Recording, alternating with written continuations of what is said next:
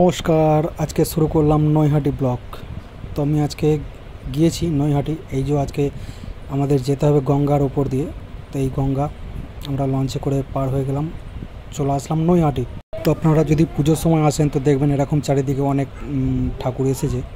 এগুলো কিন্তু মানে খুব নয়, এগুলো বড় বড় মানে ঠাকুর। এই ঠাকুরগুলো এই যে যখনই আপনি গঙ্গাটা পার করে আসবেন সামনেই পড়বে এই প্যান্ডেলটা। তারপরে ওই যে দেখা যাচ্ছে দূরে বড় মা, নৈহাটি বড় মা। এটা হচ্ছে তার আগে আর একটা ঠাকুর তৈরি হয়েছিল প্যান্ডেল। এই হচ্ছে নৈহাটির বড় মার যে মন্দির, সেই মন্দির দেখুন কত ভিড় খালি। এই হচ্ছে নৈহাটির বড় মার মন্দির। ধর্ম যার যার, নৈহাটি বড় মা সবার। তো দেখুন কত জনস্রোত যেটা বলা হয়, সেই জনস্রোত কত কত শুধু মানুষের ভিড়, শুধু মানুষ, শুধু বড় মার দর্শনে মানুষ নৈহাটি ছুটে আসছে। এপার থেকে ওপার শুধু নৈহাটি ছুটে আসছে বড় মার ডাকে, বড় মার আশায়, বড় মার কাছে, বড় মার ভালোবাসায়, বড় মাকে চাইতে যে বড় মা তুমি আমার শান্তি নিয়ে এসে দাও, বড় মা আমাকে অর্থের দিক দিয়ে সাহায্য করো। বড় মার কাছে মানত করার জন্য দেশ বিদেশ থেকে মানুষ ছুটে আসছে। এই হচ্ছে সেই নৈহাটির বড় মা। এখন আমি বড় মার দর্শন আপনাদের করাচ্ছি। তা আপনাদের মনের মধ্যে যদি কোনো কিছু চাওয়া পাওয়া কিছু থাকে, যদি কোনো মানত থাকে, যদি কোনো মনস্কামনা পূরণ না হয়ে থাকে, সেটাই বড় মাকে জানান। বড় মা আপনাদের সব সব দু হাত ভরে তুলে দেবে।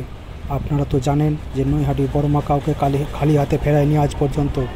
বড় মার দর্শন করলে সমস্ত রকম পাপ থেকে মুক্তি পাওয়া যায়। এই হচ্ছে সেই নৈহাটির বড় মা, যেখানে মানুষ কাতারে কাতারে লোক সারা দিন ধরে পড়ে থাকে এই বড় মার একটু দর্শন পাওয়ার জন্য।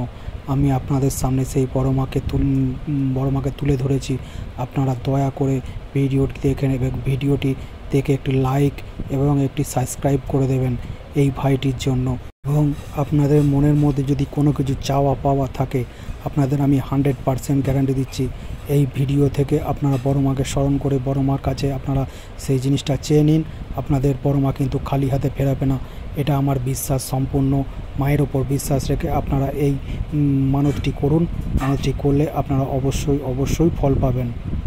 আমার এই ভিডিওটি করার মূলত কারণ হচ্ছে, যারা ঘরে এখনও পর্যন্ত ঘর থেকে আসতে পারেননি, বাড়ি থেকে আসতে পারেননি, বড় মার কাছে এইভাবে আপনারা আসতে পারেননি, তাদের জন্য এই ভিডিওটি। এবং ভিডিওটি আমি করার কারণটা হচ্ছে, যারা এখনও পর্যন্ত বড় মার দর্শন করতে পারেননি এবছরে, আমি তাদের কাছে তুলে দিচ্ছি এই ভিডিও। বড় মার দর্শন করুন এবং বড় মার কাছে মানত করুন। কথিত আছে, বড় মা যখন আপনার মানত পূরণ করবে তখন কিন্তু তিনি স্বয়ং আপনার স্বপ্নের মধ্যে এসে দেখা দেবে এবং আপনাকে গঙ্গা স্বপ্নের মধ্যে দেখা দেবে, যে গঙ্গা পার হয়ে আপনি কোথাও যাচ্ছেন বা বড় মা আপনার সঙ্গে কথা বলছে, এমনটা কিন্তু আপনার মধ্যে হবে।